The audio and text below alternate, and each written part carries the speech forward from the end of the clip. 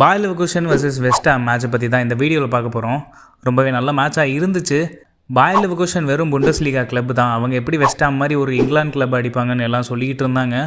But பாயர் லெவர்குசன் நேற்று நல்லாவே pressure பண்ணி 2-0 லீடில் மேட்சை ஜெயிச்சிருக்காங்க. சூப்பராக இருந்த match. Like பாயர் Leverkusen full and fully வந்துட்டு அவங்க பாக்ஸ்குள்ளேயே தான் பெனிட்ரேட் பண்ணிட்டு இருந்தாங்க. ஸோ வெஸ்ட் ஹாம்னால பெருசாக அட்டாக் பண்ண முடியல. ஸோ அவங்க பாக்ஸ்குள்ளே வந்துட்டு பஸ்ஸு போட்டு ஆடிக்கிட்டு இருந்தாங்க. பஸ் ஃபார்மேஷன் நான் ஏற்கனவே சொல்லியிருக்கேன்.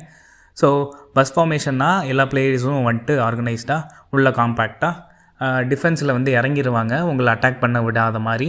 அப்படி இருக்கிற ஒரு பஸ்ஸு டிஃபென்ஸையும் உடச்சி 2 கோல் அடிச்சிருக்காங்க பாயர் லெவர்குசனுக்கு. அதுக்கு எல்லாமே காரணம் ஜாபி அலோன்சோன்ற மாஸ்டர் மைண்ட் தான். கரெக்டாக எப்போது யாரை இறக்குனா எங்கே கோல் விழும் அப்படின்னு சொல்லிட்டு ஆட்லி, ஃப்ரிம்பாங், ஷிக் 3 பேரையும் மாற்றிட்டு டெலா, போனிஃபேஸ் அண்ட் ஹாஃப்மனை இறக்கி சூப்பராக அந்த அட்டாக்கை பில்ட் பண்ணி கோல் போட வச்சுருப்பாங்க.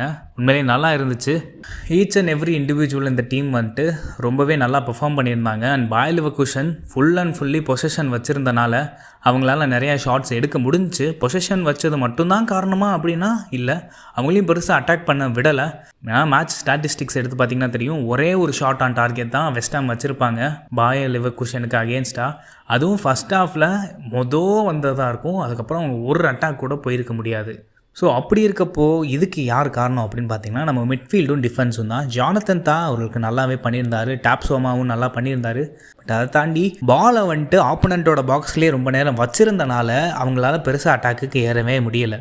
இந்த நேரத்தில் வெஸ்ட் ஹாமோட கீப்பருக்கு சல்யூட் கொடுத்தே ஆகணும். ஏன்னா வேறு லெவல் கோல் கீப்பிங்னா 33 ஷாட்ஸ் அண்ட் 17 கிட்ட ஆன் டார்கெட்டுன்னு நினைக்கிறேன். அந்த மாதிரி ஒரு ஹை அட்டாக்கிங் கேமில் இப்படி சேவ் பண்ணிட்டு இருக்கிறது ரொம்பவே கஷ்டமான விஷயம். அதை செஞ்சு காட்டியிருக்காரு. பட் இருந்தாலும் 2 கோல் கன்சீட் பண்ணியிருக்காங்க. அது எதுவும் பண்ண முடியாது.